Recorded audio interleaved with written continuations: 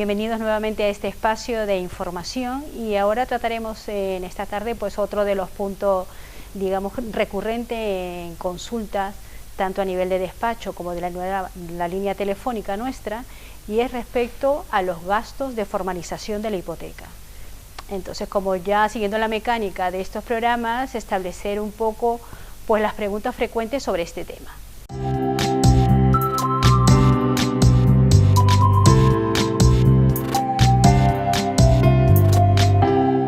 Es posible reclamar los gastos de la hipoteca, siempre y cuando sea reconocida y declarada como nula, tanto a nivel de las entidades financieras, que son en definitiva quienes tienen que reconocer efectivamente que ha habido un abuso y por decir una apropiación de cantidades indebidas, que por ley no debería imputarse al prestatario, sino a la propia entidad, o en todo caso, pues a través de la vía judicial correspondiente. Es evidente que esta estipulación a través de la cual se cargaba a favor o en contra, por decirlo así, de la persona que celebraba el crédito hipotecario y que obtenía un dinero para poder obtener su vivienda, normalmente estaba establecido esta estipulación de manera sistemática y generalizada en todos estos préstamos. Hablamos de la cláusula quinta, de manera estandarizada, no en todas las hipotecas, pero en la mayoría de las escrituras públicas podemos ver que en la estipulación quinta se establecía esta asunción de gastos a cargo del prestatario de todo lo que era la formalización de la hipoteca. Ya el 23 de diciembre del 2015, la sentencia número 705 del 2015 del Tribunal Supremo declaró la nulidad de este tipo de cláusulas en orden pues a la abusividad, más que todo amparándose en el criterio de que todos los gastos, tanto tributos, comisiones, etcétera, a cargo del prestatario eran considerados abusivos. Tenía una norma por el cual se amparaba y lógicamente estamos hablando del artículo 83 de la Ley de Defensa de los Consumidores y Usuarios. Taxativamente la ley establece que se considera como una cláusula abusiva cuando se carga a favor o en contra, por decirlo así, del consumidor todos los gastos, tanto de la tramitación y documentación que corresponden al empresario. También es considerada nula todos los trámites de titulación de aquellos actos que por su naturaleza corresponden al empresario, y asimismo se consideran como abusiva todos los gastos que se imputen al consumidor, pero en los cuales, o los tributos concretamente, en el cual el sujeto pasivo es el propio empresario. Efectivamente, vemos que en función a esta normativa pues se establece el criterio de la abusividad. Es importante también que dentro de una relación contractual entre la entidad financiera y el consumidor, si se hubiesen dado las condiciones óptimas en el cual hubiera libertad y transparencia en los mismos, y en la cual hubiese sido esta cláusula negociado individualmente, obviamente creo que nadie lo hubiese firmado como tal. En todo caso, pues hablamos de una serie de cláusulas, y concretamente esta que ha sido impuesta por la entidad financiera en la mayoría de los créditos hipotecarios.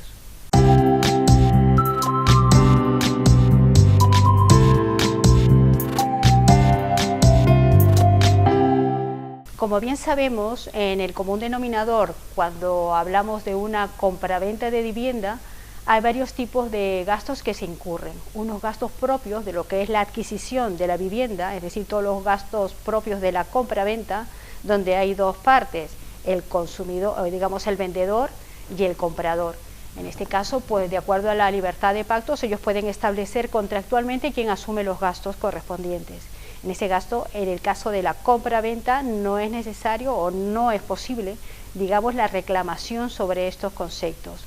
Distinto es la fase para poder adquirir esta vivienda, es decir, la fase de financiación hipotecaria, porque no todos están en la facultad de poder adquirir una vivienda pues al contado, obviamente. Entonces, en la generalidad de los casos tenemos que recurrir a un préstamo hipotecario y de muchos años, en la generalidad de los casos. Entonces, estos son los gastos que son reclamables, los gastos de formalización del préstamo hipotecario.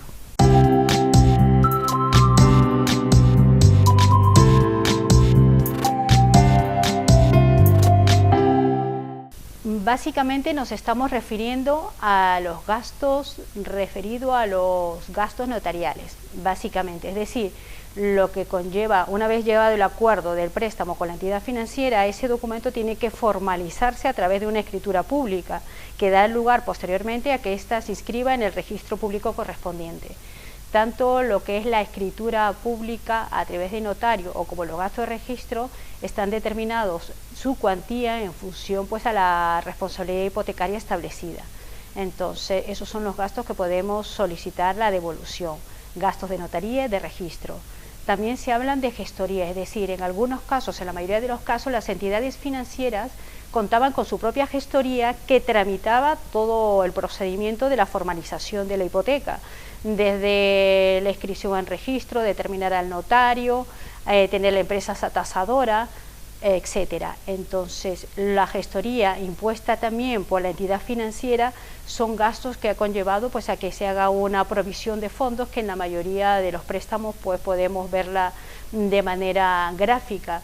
Cuando llegan al despacho las escrituras públicas de los consumidores, de los clientes, también vienen aparejado en muchas ocasiones pues una especie de cuadernillo, digamos, con la provisión de fondos que se hizo de manera temporal en primera instancia y luego pues definitiva, donde se adjuntaban todas las facturas correspondientes a los actos que debían documentarse y formalizarse.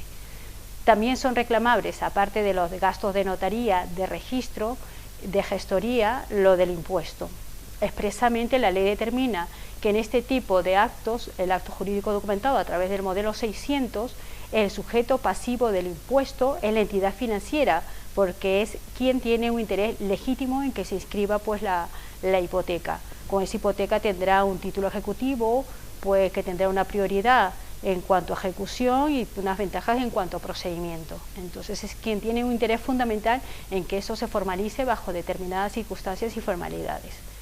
En cuanto a las tasaciones, existe un poco discrepancia de opiniones, pero obviamente si la empresa tasadora ha sido impuesta por la entidad financiera, también es posible hacer la reclamación pertinente, pero habrá que evaluarse caso por caso.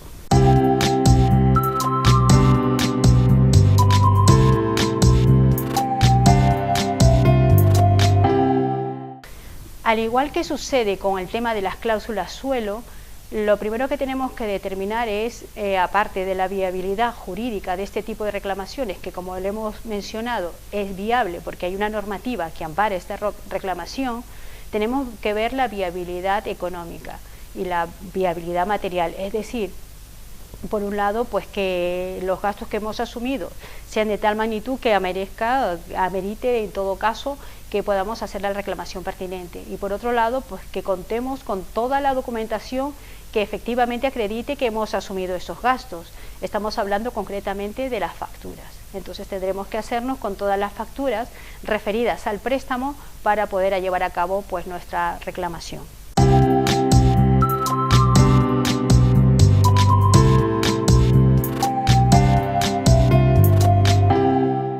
Básicamente, para la obtención de la documentación tenemos que ver varias vías. Por un lado, han llegado mucha gente a despacho y nos preguntan es que a mí no me han entregado ninguna provisión de fondo, no tengo ninguna factura, ¿cómo consigo?, etcétera. Entonces es digamos, un punto de incertidumbre para muchos de los usuarios y consumidores de este tipo de servicios financieros.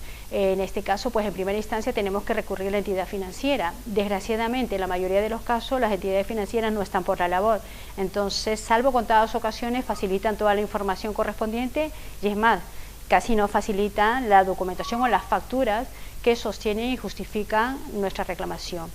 Entonces tenemos que recurrir a una serie de variantes. Entonces, en principio tendremos que partir de la escritura pública del préstamo. A través de la escritura podemos establecer en primer lugar en qué notario se realizó, la fecha de la escritura, el número de protocolo, etcétera. Con esos datos serán suficientes para poder ir a la notaría donde se celebró el préstamo y pedir un duplicado de la factura correspondiente. En ese sentido, pues ya podemos hacernos con la factura de notaría. Respecto a los gastos de registro sucede un poco con lo mismo. Entonces también tener la fecha de inscripción, podemos tener una nota simple del registro de la propiedad y con eso, que normalmente aparece en la escritura pública correspondiente que tenemos del préstamo, podemos ir al registro y solicitar pues factura o duplicado de la factura correspondiente. En cuanto a la gestoría, evidentemente si tenemos el nombre de la empresa que hizo la gestión, podemos llamar directamente, entablar el contacto directo con ellos para que nos faciliten todos los documentos, si hay alguno que nos falta. En caso que no sepamos qué gestoría es, podemos ir al banco, porque finalmente el banco es el que tiene la información concreta sobre las gestorías con las que ha trabajado y sobre todo de acuerdo al número de préstamos, la fecha que se constituyó, qué gestoría concretamente llevó a cabo nuestro préstamo. En cuanto al tema del impuesto, es un poco más complicado el tema del impuesto, porque si bien cada comunidad autónoma o el órgano correspondiente de cada comunidad autónoma nos puede facilitar la información, el tema es que limitan, y en la práctica se ve limitado, porque en hipotecas muy antiguas, más allá de los 5 años, es bastante difícil que nos faciliten esa documentación. Y finalmente, en cuanto al tema de las tasaciones, muchos de estos informes de tasación están insertos en la parte final de la escritura pública del préstamo. Es decir, cuando vemos la escritura pública, al final debe haber un informe de tasación, aparece la empresa tasadora y con esa información que tengamos podemos contactar con ellos a fin de que nos faciliten pues la factura correspondiente. Un poco lo que sucede en la práctica. Algunas tasadoras no tienen ningún problema y facilitan la factura vía email, otros hay que requerirles de manera reiterada y la gran mayoría de ellas no facilitan hasta la fecha ninguna información. Estamos un poco insertos dentro de este procedimiento a partir de un poco lo que pasó con el Real Decreto de las cláusulas suelo, en el cual pues las entidades financieras están enmarcadas dentro de un proceso de negociación de transparencia, pero a pesar de ello ni la transparencia en cláusulas suelo se hace manifiesta, y mucho menos aquí en cuanto a facilitarnos la información, que muchas veces las entidades financieras lo tienen bastante a su alcance y que lo que hacen es dificultar al consumidor para que pueda accionar sus derechos de manera que le corresponden.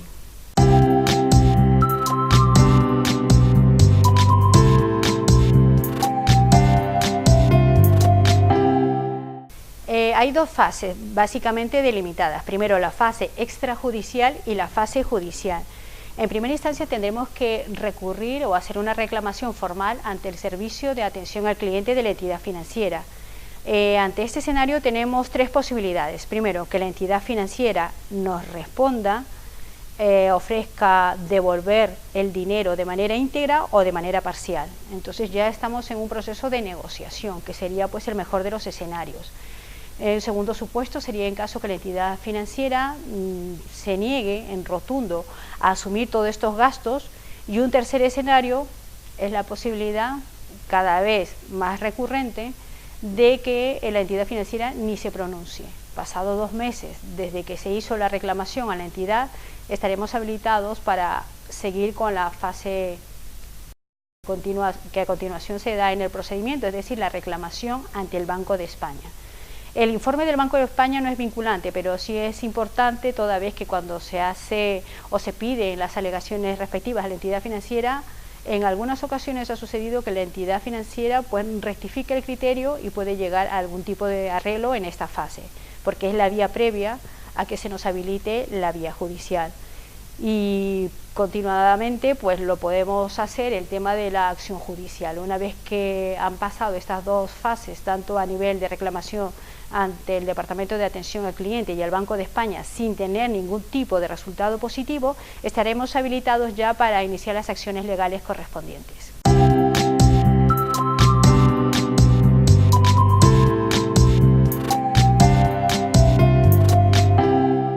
Como hemos mencionado anteriormente, este Real Decreto está establecido básicamente para realizar una serie de medidas o acciones a fin de facilitar a través de un mecanismo extrajudicial la devolución más rápida y eficaz de las cantidades dinerarias que las entidades financieras obtuvieron a raíz de la imposición de las cláusulas suelo. Pero como bien decimos, estamos hablando de un mecanismo específicamente hecho para el tema de las cláusulas suelo. En consecuencia, no entran dentro del amparo del Real Decreto Ley pues todos las reclamaciones tendientes a exigir la devolución de los gastos de la formalización de la hipoteca.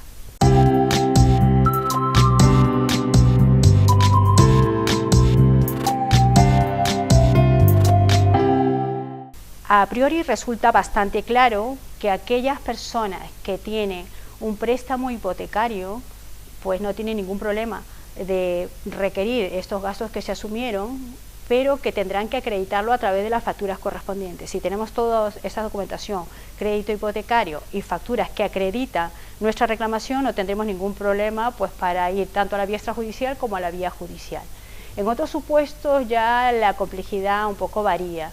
Entonces, dependiendo de cada caso, ya habría que analizarse. Por ejemplo, en el caso de hipotecas que ya han sido canceladas, el criterio mayoritario pues un poco se orienta a la aplicación del artículo 1301 del Código Civil, que establece una acción de prescripción de 4 años desde el vencimiento o la cancelación de la hipoteca.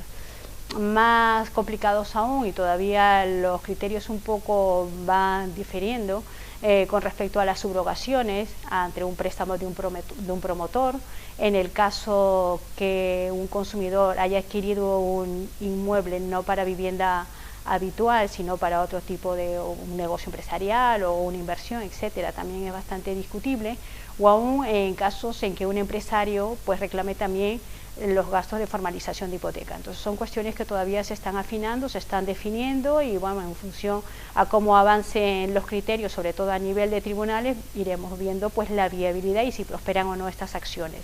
Lo que sí resulta claro es que en ningún caso podría ser reclamables por un lado los gastos de formalización de la compraventa, tampoco el caso de las novaciones o modificaciones que se hicieron del préstamo hipotecario, porque muchas de estas novaciones o ampliaciones se hicieron un poco para incrementar digamos el número de cuotas, disminuir la cuota mensual que abonábamos. Entonces son digamos situaciones en las cuales el propio consumidor pues apelaba y en cuyo beneficio se han realizado estos actos, y tampoco pues parece, o sea, es claro que no se tenga que imputar los gastos de cancelación de la hipoteca.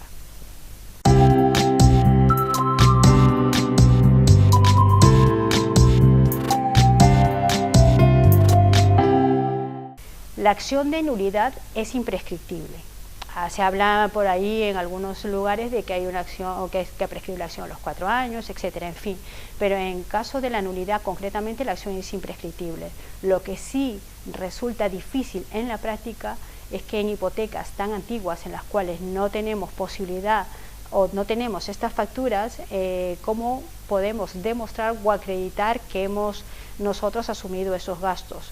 Y más aún si en la escritura pública no lo pone. Entonces ahí la cosa se complica. Entonces siempre es importante analizar caso con caso para poder determinar en primer lugar la viabilidad jurídica y luego la viabilidad económica de la reclamación.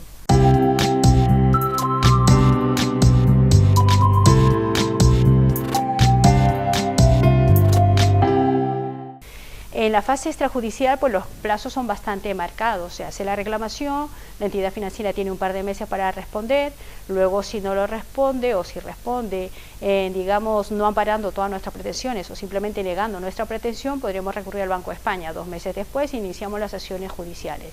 Llegado a esta instancia, dependerá en cada caso en concreto sobre la carga de trabajo que tenga cada juzgado, un poco ahora a raíz de todo el tema hipotecario, pues obviamente se ha incrementado las solicitudes de reclamaciones, tanto de cláusulas suelo, en fin, de múltiples cláusulas abusivas dentro de esta normativa. Entonces tenemos que contar también con eso a nivel de la celeridad que funcionen los juzgados, con cuánto personal cuentan, etcétera. Entonces, de promedio podemos hablar que en primera instancia podría tardar entre 12 a 15 meses. Y si esa reclamación es apelada por la entidad financiera en caso de que efectivamente sea condenada a la devolución correspondiente, esta podría apelar. Y si hablamos de apelación donde este trámite se va a audiencia, a una instancia superior, estamos un poco dilatando un poco más los plazos, hablamos de 1 año y medio hasta 2 años. Es un poco lo que a priori hablamos de los plazos.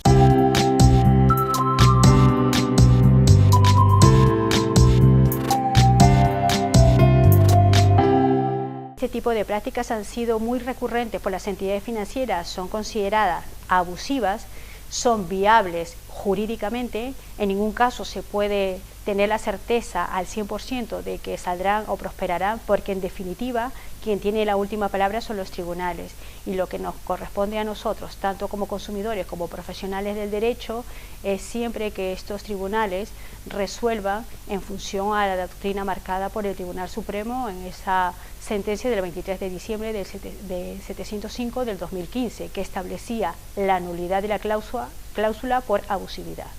Bueno, eso sería todo. Estamos nuevamente llanos a cualquier tipo de comunicación o cualquier tipo de consulta con vosotros, y recordarles siempre que estamos en la calle Ollerías 30, piso segundo, Andújar, Jaén. Nuestro teléfono de contacto 953 510938. Muchas gracias.